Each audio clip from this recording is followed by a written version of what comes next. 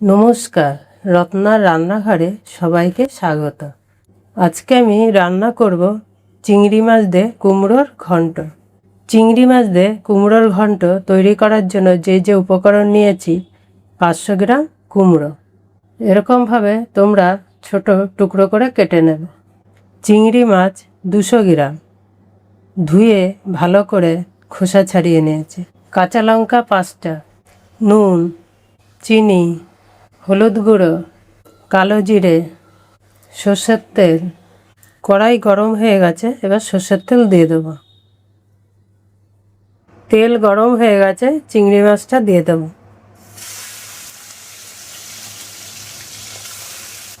নুন, হলুদ দিয়ে এবার ভেজে নেব।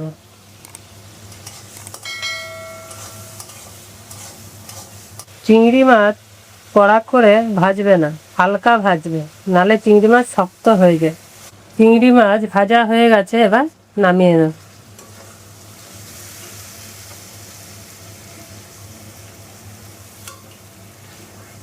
কড়াইয়ের পাশে এরকম চিংড়ি মাছটা ধরবে, তেলটা ঝরে যাবে। চিংড়ি মাছ ভাজার এই তেলের মধ্যে আর একটু সামান্য সর্ষের তেল দিয়ে দেবো।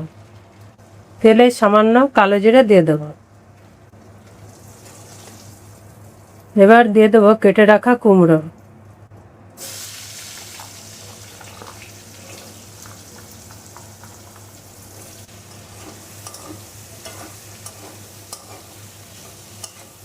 দু মিনিট কুমড়োটা একটু ভেজে নেব। এবার দিয়ে দেবো কাঁচা লঙ্কা, হলুদ, নুন। এবার সব মিশিয়ে নেব।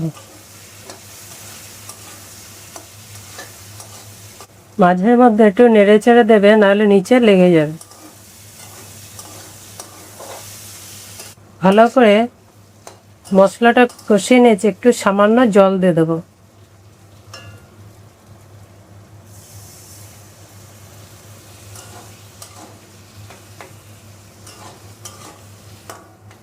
সিদ্ধ হয়ে গেছে, তা হাতা দিয়ে আমি কুমড়োগুলোকে একটু ভেঙে দেবো।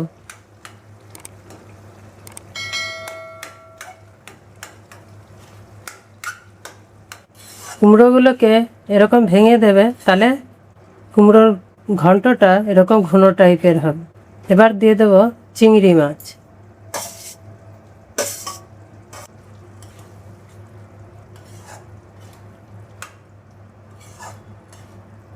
কুমড়ো তো এমনি মিষ্টি, তা সামান্য একটু চিনি দিয়ে দেবো। কাঠের চামচে 1 চামচ। সবজিতে একটু মিষ্টি না দিলে ভালো লাগে না। তোমরাও অল্প মিষ্টি দেবে, দেখবে ভালো লাগবে সবজি খেতে, যে কোনো সবজিতে।